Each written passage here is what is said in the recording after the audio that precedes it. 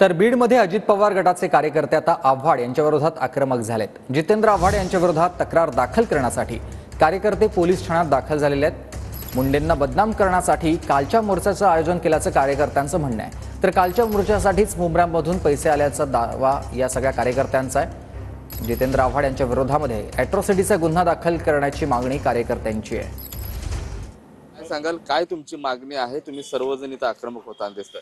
मागणी हीच आहे की काल जो मोर्चा बीड जिल्ह्यामध्ये आमच्या बंधू स्वर्गीय संतोष अण्णा देशमुख यांच्या क्रूर हत्येच्या विरोधात जो सर्वपक्षीय म्हणून मोर्चा जाहीर केला होता, तो सर्वपक्षीय मोर्चाला आमचाही देखील आमचा पाठिंबा होता, पण तो सर्वपक्षीय मोर्चा दाखवला गेला।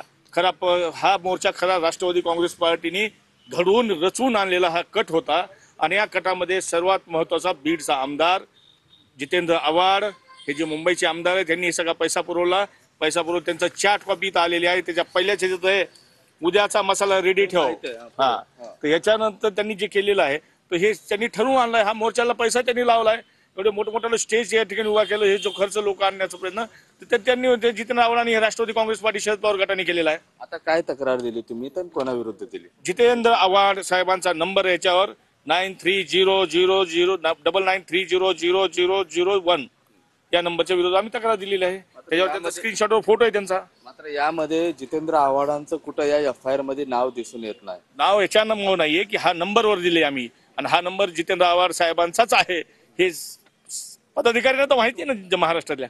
कॅमेरा पर्सन अभिजित पिसे यांच्यासह मी महेंद्र कुमार मुधोळकर, TV9 मराठी, बीड।